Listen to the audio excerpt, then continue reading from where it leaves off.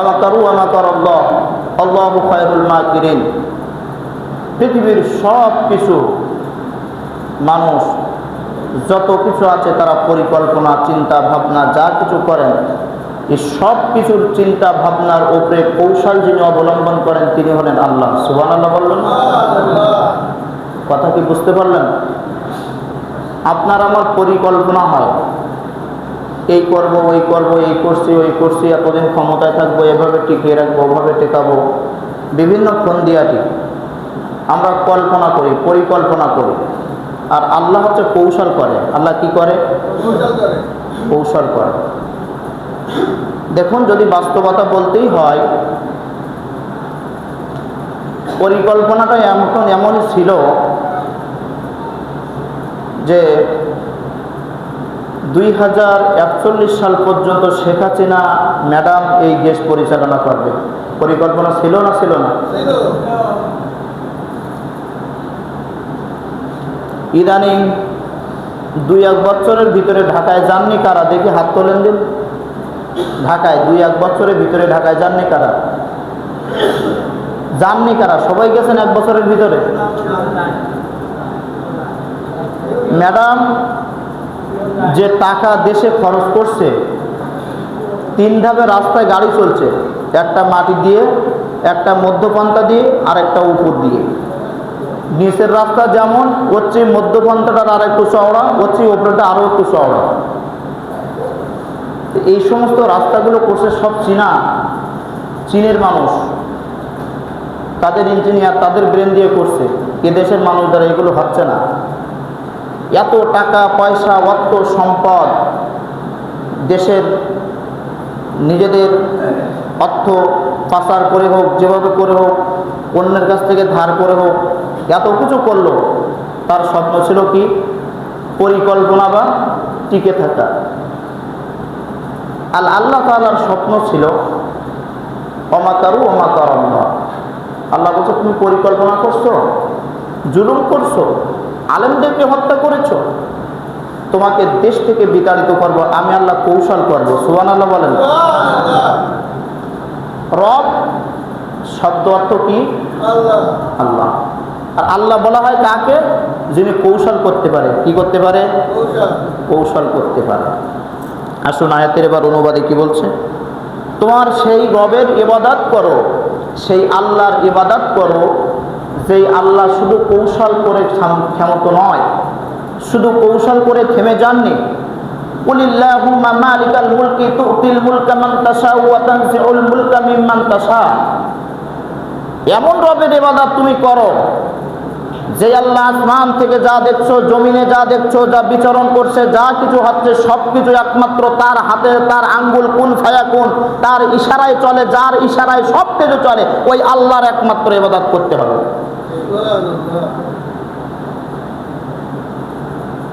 একবার চিন্তা করেছেন, আপনার আমার এই পৃথিবীতে বেঁচে থাকার জন্য যিনি শক্তি দিচ্ছেন তিনি কে? বলতে মনে হয় লজ্জা লাগছে। জোরে বলেন দিন।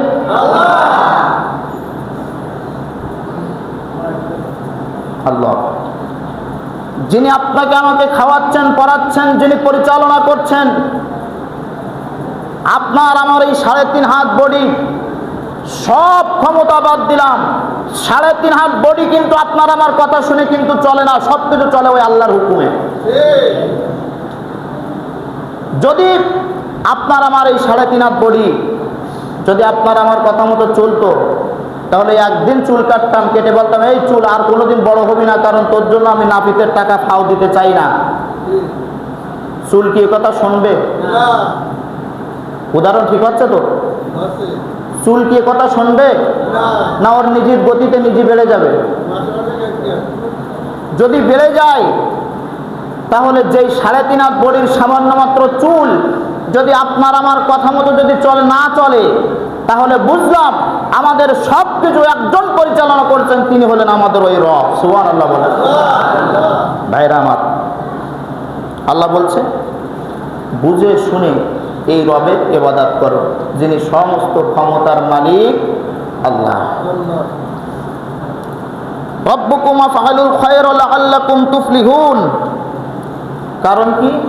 রবের ইবাদত করলে তোমরা সফল হবে। কার ইবাদত করলে?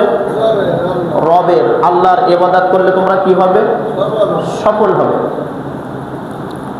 লাআল্লাকুম তুফলিহুন, তোমরা সফল হবে তখন যখন তোমাদের রবের সফলতাকে চেয়ে নিবা, তখন তোমাদের রবকে সেজদা করা লাগবে। কি করা লাগবে? সেজদা। দেখুন, সেজদা হলো এমন একটা জিনিস, এমন একটা জিনিসের নাম যেটা আপনি যদি এখন উদাহরণস্বরূপই বলি, একজনকে যদি আপনি পিটান, পিটাইতে পিটাইতে যদি বলেন এক্ষুনি একে সেজদা দাও, ও যদি পরিপূর্ণ ইমানদার হয় কখনো কিন্তু সে একটা মাটির মন্দিরের কাছে সেজদা দেবে না। দেবে বলেন? যারা ইমানদার মুমিন তারা কি হিন্দুদের ওই মাটির মূর্তির কাছে কোনোদিন কি সেবা দেবে? দেবে না। মুসলিম দেয় না ভাইরা আমার। আর বিনা টাকায়, বিনা কষ্টেই, বিনা জোরে 5 ওয়াক্ত আযান শোনার পরে ছুটে এসে পাগল পারা হয়ে যারা সেজদায় অবনত হয়, যারা আল্লাহর কাছে, আল্লাহর কদমে যারা সেজদা দেয়, যারা লুটিয়ে পড়ে, আল্লাহ বলছেন এরাই হলো সফল কাম, যারা আমি আল্লাহর কাছে সেজদা দিতে শিখছে। সুবহানাল্লাহ বলবেন না? আল্লাহ এর জন্য শিক্ষা দিচ্ছেন, ইয়া আইয়ুহাল্লাযীনা আমানু, হে আমার ইমানদার বান্দাগণ, আর কাউ, রুকু করো, ওয়াসজুদু, সেজদা করো, ওয়াবুদু, রবের ইবাদত করো, ওয়াফআলুল খায়রা লাআল্লাকুম তুফলিহুন। যদি ওই রবের সেজদা দিতে পারো তাহলে তুমি সফলতা। ভাইরা আমার, এই আয়াতে আমাদেরকে আরেকটা শিক্ষা বের করতে হবে। আয়াত বলতে চাচ্ছে সেজদা দাও। কি দাও? সেজদা দাও। সুন্দর করে তর্জমা করা হচ্ছে, সেজদা দাও। সেজদা দিতে গেলে এমনি কি হাঁটতে চলতে ফিরতে রাস্তায় দাঁড়িয়ে সেজদা দেওয়া লাগবে, না নামাজে সেজদা দিতে হবে? কথা বলেন। ওয়াবুদু, রবের ইবাদত করো। কার ইবাদত? সাহাবায়ে কেরাম জিজ্ঞাসা করলেন, ইয়া রাসূলুল্লাহ, ইবাদত কি? ইবাদত কি? প্রশ্ন হলো ইবাদত কি? ভালো করে বুঝবেন, ইবাদত কি? রাসূল আকরাম সাল্লাল্লাহু আলাইহি ওয়াসাল্লাম বললেন, সাহাবীরা, আল্লাহ তাআলার হুকুম যেগুলো ফরজ, যেগুলো আল্লাহ এবং তার রসুলের সঠিক দিক নির্দেশনা, যারা সেগুলোকে বলে, এগুলোর প্রত্যেকটার এক একটা জাররা পরিমাণ আমল করা, সেটাই হলো বান্দার জন্য ইবাদত। সুবহানাল্লাহ বলেন। অর্থাৎ আল্লাহ এবং তার রসুল যেটা বলেছেন, হালাল করেছেন, যেগুলোকে ফরজ করেছেন, সুন্নাহ করেছেন, এগুলোকে একটার জাররা পরিমাণ আমল করাটার নাম হচ্ছে ইবাদত। ফামান ইয়ামাল মিসকালা যাররাতিন খায়রান ইয়ারাহ, যদি কোনো বান্দা দুনিয়ায় জাররা পরিমাণ ভালো কাজ করে, কি কাজ করে? তাহলে কিয়ামতের ময়দানে তার প্রতিদান তাকে দেওয়া হবে। ওয়া মান ইয়ামাল মিসকালা যাররাতিন শাররান ইয়ারাহ, আর যদি কেউ জাররা পরিমাণ খারাপ কাজ করে, সেটার হিসাব আল্লাহ তাআলা কিয়ামতের ময়দানে নেবেন। তার জন্য তাকে শাস্তি ভোগ করতে হবে। জাররা কতটুকু পরিমাণ জিনিসের নাম জাররা জানেন আপনারা? কতটুকু জিনিসের নাম জাররা? জাররা হলো ওই জিনিসটাকে বলা হয়, আমরা যখন গোসল করে উঠি তখন আমরা লুঙ্গি ধুই না? লুঙ্গি ধোয়ার পরে লুঙ্গিতে যে অতিরিক্ত পানি থাকে, মনে করি পানি আছে, এরপর লুঙ্গিটা কিন্তু এটা বাদ দেয়, এটা বাড়ি দেয়, পানিটা ঝরে যাওয়ার জন্য বাড়ি দেওয়া হয় না? কথা বলেন না কেন? জাররা বুঝাচ্ছে কিন্তু, যে বাড়ি দেওয়ার পরে দেখবেন ছোট্ট ছোট্ট পানির বাষ্প, পানির কণা ওই লুঙ্গি থেকে বের হয়ে বাতাসের সাথে উড়ে যায়। যায় কি যায় না? এটা কতটুকু, কত বড়, এটাকে হাত দিয়ে ধরা যাবে? কোনো কাজে লাগানো যাবে? এই এতটুকু জিনিসটাকে 70টা ভাগ করলে, কয়টা ভাগ? 70টা ভাগ করলে যতটুকু হবে এইটার নাম হলো জাররা। 70 ভাগের 1 ভাগের নাম হলো একটা জাররা। এই 70টা ভাগের একটা ভাগ পরিমাণ যদি কেউ ভালো কাজ করে, তার জন্য কিয়ামতের ময়দানে তাকে প্রতিদান দেওয়া হবে। আবার যদি 70টা ভাগের 1টা ভাগ পরিমাণ কেউ খারাপ কাজ, অন্যায় কাজ করে, তার জন্য তাকে হিসাব দেওয়া লাগবে। ভাইরা আমার, আরো আসুন, এই জাররাটাকে আরেকটা জিনিস দিয়ে বোঝানো যায়, তার নাম হলো বালু। তার নাম কি? একটা বালু কতটুকু? একটা বালু আপনি হাতে করে নেবেন, এই বালুটা হাতে করে নেওয়ার পরে 70টা ভাগ করতে হবে। 70টা ভাগের 1টি ভাগের নাম হলো 1টি জাররা। আল্লাহ তাআলা বলছেন যে তোমরা আমার সেজদা দাও, আমার ইবাদত করো, জাররা পরিমাণ ভালো কাজ করলে তার প্রতিদান তোমাদেরকে দেওয়া হবে। সাহাবায়ে কেরাম বললেন, রাসূল ইবাদত কি জিনিস? রাসূল বললেন, পৃথিবীতে যা আল্লাহ এবং তার রাসূলের দিক নির্দেশনা, হুকুম, আহকাম, এগুলোর পালন করাটার একটা ইবাদত রয়েছে। এমনকি দেখুন, সর্বশেষ বলা হয় নামাজ যখন বান্দা পড়ে, এই নামাজ পড়ার পরে নামাজ শুরু হয় আল্লাহু আকবার দিয়ে। কি দিয়ে শুরু হয়? তাকবীরে তাহরিমা বলা হয়। এই বাচ্চারা, এই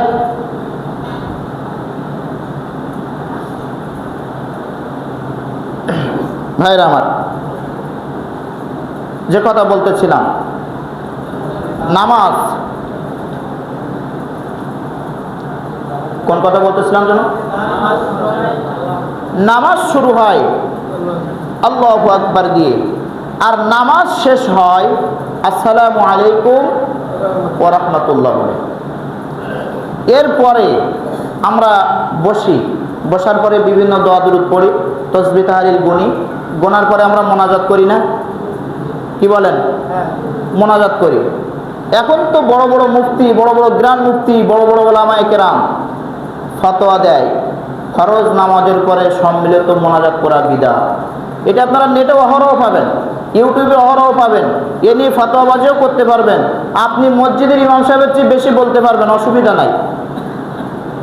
রাসূল আমার বলেন, দৈনন্দিন একটা মানুষের দোয়া কবুল হওয়ার জন্য 5টা উত্তম সময় রয়েছে। এর ভিতরে একটা উত্তম সময় হলো প্রত্যেক ফরজ নামাজের পরে আল্লাহর কাছে হাত তুলে দোয়া করলে ওই দোয়া আল্লাহ তাআলা আরশ আজিমে কবুল করেন। সুবহানাল্লাহ বলেন। সাহাবায়ে কেরাম বললেন, ইবাদত কি জিনিস? রাসূল বললেন, আদ-দুআউ মুখুল ইবাদাহ। দোয়াটাও একটা ইবাদত। দোয়াটাও একটা কি? ইবাদত। মোনাজাত করাটাও একটা ইবাদত। আপনি আল্লাহর কাছে চান, আল্লাহর কাছে আপনার চাওয়া থাকলে আপনাকে বলুন। সবকিছুর মালিক যিনি, তিনি কে? জোরে বলেন, আল্লাহ সুবহানাহু ওয়া তাআলা।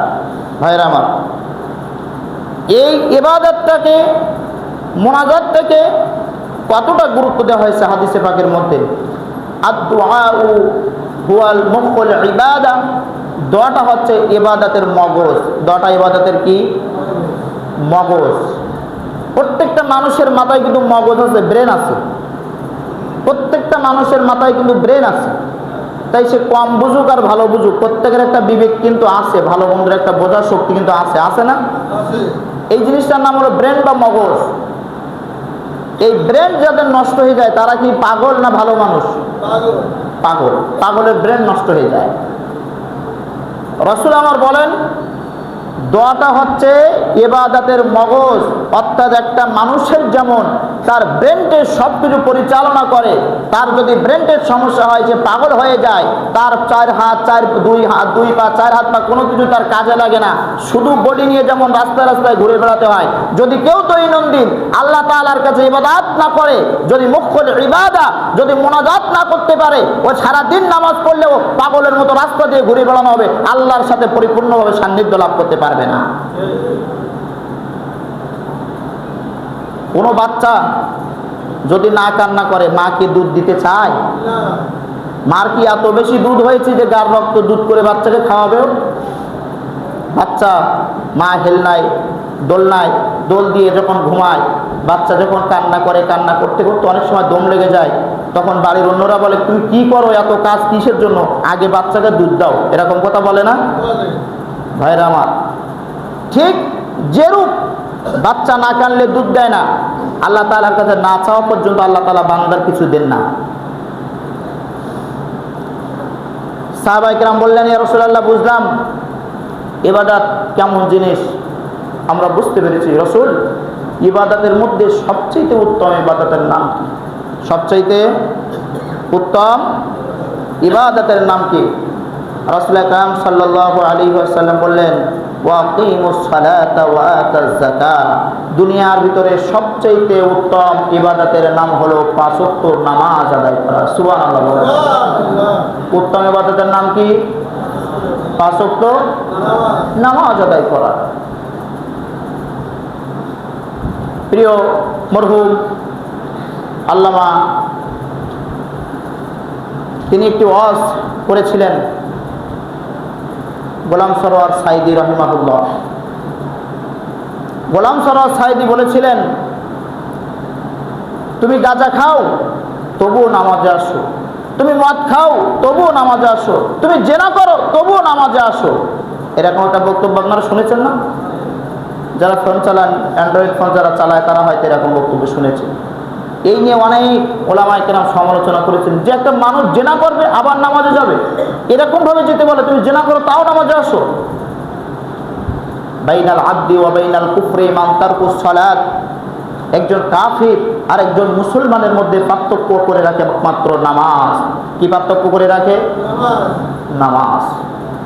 কোন মুসলিম কোন কাফিরকে তার সাথে বন্ধুত্ব করা তো হারামই, এবং মুসলিম আর কাফিরের মধ্যে পার্থক্য বোঝায় নামাজ। কিন্তু এখন কিন্তু বোঝাচ্ছে না। এখন কি বোঝাচ্ছে?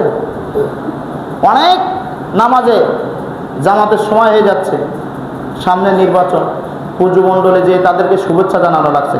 হচ্ছে কি হচ্ছে না বলেন? কথা বলেন না কেন? আমি যা বলবো সরাসরি, কোনো দলকে সাপোর্ট করে নয়, আপনার জন্য আমার জন্য। বাইনাল আবদি ওয়া বাইনাল কুফরি মান তারকুস সালাত। যদি কাফেরের সাথে বন্ধুত্ব করেন, আপনার নামাজ, রোজা, হজ, যাকাত কোনো কিছু আপনার আমার জন্য কাজে লাগবে না।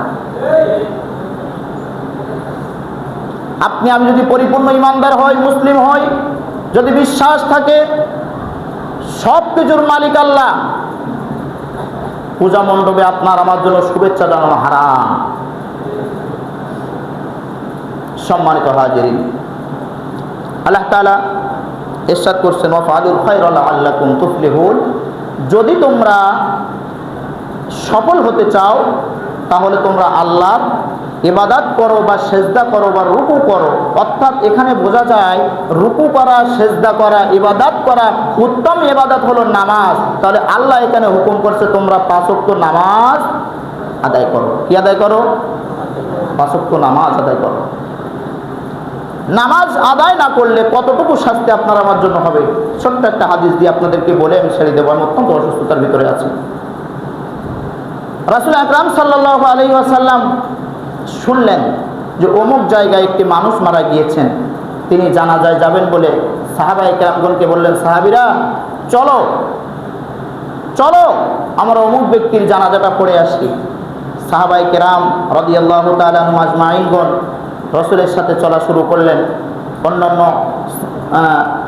রসুলের অন্যান্য সাহাবীগণ আছেন, তার ভিতরে সবচেয়ে যিনি প্রথম আল্লাহ রাসূল আকরাম সাল্লাল্লাহু আলাইহি ওয়াসাল্লাম প্রিয় সাহাবী, নাম হলো হযরত আবু বকর রাদিয়াল্লাহু তাআলা আনহু, তিনিও রয়েছেন। হযরত আবু বকর রাদিয়াল্লাহু তাআলা আনহু তিনিও আল্লাহ রাসূল আকরাম সাল্লাল্লাহু আলাইহি ওয়াসাল্লামের সঙ্গে জানাজায় শরীক হওয়ার জন্য যাচ্ছেন। পৌঁছে গিয়েছেন, যাওয়ার পরে দেখেন যে লাশটা খাটের উপরে রেখে খাটিয়ার উপরে শোয়াই দেওয়া রয়েছে। জানাজাটা শুরু হবে। কি হবে? জানাজাটা শুরু হবে। রাসূল পৌঁছে গেলেন, খাটিয়ার দিকে লক্ষ্য করলেন যে লাশের কাপনের কাপড় দিয়ে লাশটাকে পেঁচানো রয়েছে, মোড়ানো রয়েছে, যেন ওই কাফনের ভিতরে যেন আস্তে আস্তে করে কিসে যেন একটা নাড়া দিচ্ছে, মনে হচ্ছে ধাক্কা দিচ্ছে, ওর ভিতরে কিছু যেন নড়ছে। রাসূল এটা লক্ষ্য করলেন যে এর ভিতরে কিছু একটা জিনিস যেন নড়াচড়া করছে। আল্লাহু আকবার বলবেন না? সাথে আছেন সাহাবায়ে কেরামগণ এবং আবু বকর রাদিয়াল্লাহু তাআলা। রাসূল বললেন, এই মুহূর্তে এই লাশটার গায়ের থেকে কাপনের কাপড়টাকে একটু খোলা যায় কিনা, কি যেন তার ভিতরে নড়াচড়া করছে আমরা দেখছি। আমি দেখলাম, বাড়ির লোকজন আশ্চর্য হয়ে গেলেন, বললেন, রাসূল আমরা তাকে গোসল করালাম, তার গায়ে কাফনের কাপড় পচাইলাম, আমরা তো কিছুই তার ভিতরে দেখলাম না। যেহেতু আপনি বলছেন, আমরা তার গায়ে থেকে কাফনের কাপড়টা খুলতে চাই। তারা রাসূল আকরাম সাল্লাল্লাহু আলাইহি ওয়াসাল্লামের কথা অনুযায়ী বাড়ির অন্যান্য সদস্যরা তার গায়ের থেকে কাফনের কাপড়টা যখন খোলা শুরু করলেন, এমত অবস্থায় রাসূল আকরাম সাল্লাল্লাহু আলাইহি ওয়াসাল্লাম স্বয়ং নিজে দাঁড়িয়ে থাকা অবস্থায় দেখলেন কাফনের কাপড় থেকে ভিতর থেকে একটি সাপ ফেনা ধরে বাইরে এসে ফুঙ্কার দিয়ে যেন ফস ফস করে আওয়াজ করছে। আল্লাহু আকবার বলুন। আপনাদেরকে কি বোঝাচ্ছে? নামাজ না পড়ালে কি শাস্তি, কতটুকু শাস্তি হতে পারে? রাসূল আকরাম সাল্লাল্লাহু আলাইহি ওয়াসাল্লামের পাশে আবু বকর দ্রুত একটু দূরে দৌড় মেরে চলে গেলেন, বড় একখানা লাঠি নিয়ে আসলেন। কাপনের কাপড়ের ভিতর থেকে সাপ বেরিয়ে ফাঁস করছে। রাসূল আকরাম সাল্লাল্লাহু আলাইহি ওয়াসাল্লাম দাঁড়িয়ে থাকা অবস্থায় সাপের মাথায় আবু বকর আঘাত করবে, এমন তো আবু বকরকে বললেন, আল্লাহ রাসূল, আবু বকর একটু থামো। সাপের কি হলো? সাপ কেন কাপনের কাপড়ের ভিতরে প্রবেশ করলো, কিভাবে করলো? তার কাছ থেকে বিস্তারিত জানতে চাই। আল্লাহু আকবার বলবো। সাথে সাথে ওই আরশে আজিমের মালিক, যিনি ইবাদত করার কথা বলেছেন, সবকিছুর ক্ষমতার মালিক, সাপেরও তিনি জবান খুলে দিয়েছেন। সুবহানাল্লাহ বলুন। সাথে সাথে সাপ জবান ছেড়ে দিয়ে বলছে, আশহাদু আল্লা ইলাহা ইল্লাল্লাহু ওয়াহদাহু লা শারীকা লাহু ওয়া আশহাদু আন্না মুহাম্মাদান আবদুহু ওয়া রাসূলুহু সাল্লাল্লাহু আলাইহি ওয়াসাল্লাম। রাসূল আকরাম সাল্লাল্লাহু আলাইহি ওয়াসাল্লামকে বলছেন, আমি জানি একমাত্র আল্লাহ ছাড়া পৃথিবীতে আর কারো ক্ষমতা চলে না। তিনি একমাত্র মালিক, তিনি একমাত্র ইবাদতের পাওয়ার যোগ্য। আর আমার পরে, আপনার আল্লাহর পরে আপনি এই পৃথিবীতে আল্লাহর বান্দা এবং প্রেরিত রাসূল হিসেবে আপনি এসেছেন। আপনি যেখানে স্বয়ং উপস্থিত হয়েছেন, আপনি হলেন এই জামানার পয়গম্বর মুহাম্মদুর রাসূলুল্লাহ সাল্লাল্লাহু আলাইহি ওয়াসাল্লাম। আপনার সামনে আমি বের হয়েছি, আপনি আমাকে আঘাত করবেন না। রাসূল জিজ্ঞাসা করলেন, সাপ, কেন তুমি এই ব্যক্তির কাফনের কাপড়ের ভিতরে ঢুকে কেন তাকে আঘাত করার জন্য চেষ্টা করছো? কি করছিলে? কেন নড়াচড়া করছিলে? বলে, রাসূল, আপনি তার গায়ের কাফনের কাপড়টা একটু খুলে দেখুন, আমি তার অবস্থাটা কি করেছি। রাসূল বললেন, তার গায়ের কাফনের কাপড়টা সব খুলে দাও। তার গায়ের কাফনের কাপড়টা সব খোলা হলো। খোলার পরে দেখা গেল সাপটা ভিতরে ঠুকরে ঠুকরে মানুষের গায়ের গোস্তগুলো সব খেয়ে ফেলতেছিল। কি করতেছিল? গায়ের গোস্তগুলো সাপে খেয়ে ফেলছিল। রাসূল দেখে অবাক হয়ে গেলেন, আবু বকর অবাক হয়ে গেলেন। সাপকে জিজ্ঞাসা করলেন, রাসূল, সাপ, কেন তুমি এমনটা করলে? সাপ বলছে, ইয়া রাসূলুল্লাহ, ইয়া হাবিবাল্লাহ, এই ব্যক্তিরা কোনো ভালো ব্যক্তি নয়। আপনি যার জানাজা এসেছেন, আপনি কেন? আপনি তো সবচেয়ে বড় মুজাদ্দিদ। আপনার পর আবু বকরও জানাজা উপস্থিত হয়েছে। তবে শুনুন, যিনি আপনাকে এই জানাজায় আসতে বলেছেন, এসেছেন। আবু বকর আপনাকে নিয়ে এসেছে, আবু বকর এসেছে, আপনার সাহাবী কেরাম এসেছেন, আপনার সাহাবারা এসেছেন। কিন্তু রাসূল, আপনি শুনুন, যদি আপনি নিজে জানাজা পড়ানোর পরেও তাকে দাফন করেন, এমনকি আমার আল্লাহ তাআলা তাকে ক্ষমা করবেন না। ওই আল্লাহ আমাকে পাঠিয়েছে কিয়ামত পর্যন্ত তার গায়ের গোস্তগুলো টুকরে টুকরে সমস্ত গোস্তগুলোকে খাওয়ার জন্য। ওই আল্লাহ আসমান থেকে আমাকে পাঠিয়ে দিয়েছে। নাউজুবিল্লাহ বলবেন। রাসূল বললেন, কি অপরাধ মানুষটা, কেন তিনি নাফরমান? বলেন, ইয়া রাসূলুল্লাহ, ইয়া হাবিবাল্লাহ, এই ব্যক্তিটা নাফরমানি করেছে, তার অপরাধ হলো তিনটি। কয়টি অপরাধ? জোরে বলেন। তিনটি অপরাধ। বললেন, কি অপরাধ? সাপ বর্ণনা হয়েছে, ইয়া রাসূলুল্লাহ, হাবিবাল্লাহ, এই ব্যক্তিটা নাফরমান হলো এই কারণে, এই ব্যক্তিটা যত মসজিদে আজান হতো, আল্লাহর ঘরে তাকে ডাক দেওয়া হতো, হাইয়া আলাস সালাহ, নামাজের জন্য এসো, হাইয়া আলাল ফালাহ, কল্যাণের জন্য এসো। এই ব্যক্তিটা কোনোদিন নামাজে যেত না, অর্থাৎ সে নামাজ পড়তো না। এক নম্বর নাফরমানি করার কারণ হলো আল্লাহর হুকুম শোনার পরেও সে মানত না, যার কারণে আল্লাহর কাছে নাফরমানিতে মৃত্যুবরণ করেছে। কিয়ামত পর্যন্ত কবরে রাখার থেকে শুরু করে কিয়ামত পর্যন্ত তার গায়ের বস্ত্রগুলো টুকরে টুকরে আমি এমনভাবে খেতে থাকবো। নাউজুবিল্লাহ বলবেন। দুই নম্বর অপরাধ, ইয়া রাসূলুল্লাহ, ইয়া হাবিবাল্লাহ, আপনি যাকে দেখছেন, যার জানাজা এসেছেন, এর অর্থ সম্পদ একেবারে কম ছিল না। যা ছিল তার উপরে যাকাত ফরজ ছিল। কিন্তু রাসূল এ ব্যক্তি কোনোদিন যাকাত প্রদান করতো না, যাকাত দিত না। যাকাত দিতে বললে বলতো যে আমার সম্পদ কেন মানুষকে আমি খাওয়া দেবো, এটা তো আমি নিজে কষ্ট করে বানিয়েছি। এই কথা বলার কারণে কোনোদিন সে যাকাতের প্রতি বিশ্বাস করতে পারে নাই, যাকাত দেয় নাই, যার কারণে 2 নম্বর অপরাধ হলো যাকাত পরিপূর্ণভাবে আদায় না করার কারণে রাসূল তাকে এই শাস্তি প্রদান করা হচ্ছে, কিয়ামত পর্যন্ত তার গোশত টুকরে টুকরে খেতে থাকবে। রাসূল বললেন 3 নম্বর অপরাধ, ইয়া রাসূলুল্লাহ হাবিবাল্লাহ, প্রত্যেক জুম্মায় অন্তত জুম্মার দিন মসজিদে যেত, মাহফিলে যেত, ওয়াজ শুনতো, আলেমেরা যা বলতো তাও শুনতো। রাসূল 3 নম্বর অপরাধ হলো আলেমদের কথা শুনতো, কিন্তু কোনোদিন সে মানার জন্য চেষ্টা করতো না, কোনোদিন সে মানতো না, আমল করতেন না, যার কারণে শুনে শোনার পরেও আমল না করার কারণে নাফরমানি করেছে। কোনোদিন আলেমদেরকে সুপর্দ করে নাই, কোনোদিন আলেমদেরকে মহব্বত করে নাই, ভালোবাসে নাই, তাদের কথাগুলো বোঝার চেষ্টা করে নাই। একের পর এক দাওয়াত তার কানের কর্ণ কুহুরে চলে গিয়েছে। হুজুর মসজিদে জুমার দিন বলতো নামাজ পড়ার কথা, কোনোদিন সে নামাজ পড়তো না। এমনভাবে নামাজ না পড়তে পড়তে পড়তে পড়তে মারা যেত। মসজিদ থেকে জুমার বয়ান শুনতো নামাজের, বাইরে এসে আবার ভুলে যেত। মাহফিল থেকে শুনতো নামাজের, বাইরে এসে আবার ভুলে যেত। নামাজ না পড়তে পড়তে যখন মারা গিয়েছে, এর 3 নম্বর কারণ হলো আলেমের কথা কোনোদিন সে মূল্যায়ন করেনি, যার কারণে তারা নাফরমানি করার কারণে এই শাস্তিটা কিয়ামত পর্যন্ত পেতে থাকতে হবে। অপরাধ কয়টি? 1 নম্বর অপরাধ কি? নামাজ পড়তো না। 2 নম্বর অপরাধ হলো যাকাত দিত না। 3 নম্বর আলেম যেটা বলতো এটা কোনোদিন মানতো না। এই 3টা অপরাধের কারণে সে নাফরমান হয়, মৃত্যুবরণ করার কারণে আজকে তাকে এই শাস্তি দেওয়া হচ্ছে, কিয়ামত পর্যন্ত শাস্তি দেওয়া হবে। রাসূল আপনি আমাকে আঘাত করবেন না, আপনি আমাকে মারবেন না, আমি সাপ হতে পারি, কিন্তু ওই আরশের মালিক তার শাস্তি দেওয়ার জন্য আমাকে প্রেরণ করেছেন। ভাইরা আমার, কর্ণ কুহুরে যাদের দাওয়াত পৌঁছে যাচ্ছে, সকলেই নামাজি হওয়ার চেষ্টা করুন। আল্লাহ তাআলা এই আয়াতের শিক্ষায় আরও অনেক কথা রয়েছেন। এরপরের আয়াত আরও মজাদার আয়াত। আপনাদেরকে আজকে সময় সংক্ষিপ্ততার কারণে অনুবাদ করে আপনাদেরকে বোঝানোর মতো সময় হচ্ছে না। সকলের কাছে দোয়া চাই। আজকের জুমার সংক্ষিপ্ত আলোচনা এখানে ইতি করছি। সূরাতুল হজের 77 নম্বর আয়াতের অনুবাদ এবং তাফসীর করার চেষ্টা করছিলাম। আল্লাহ রাব্বুল আলামিন আমাকে সহ আমাদের সকলকে আমল করার তৌফিক দান করুক। সকলে বলুন আমিন। আখির দাওয়ানা আলহামদুলিল্লাহি রাব্বিল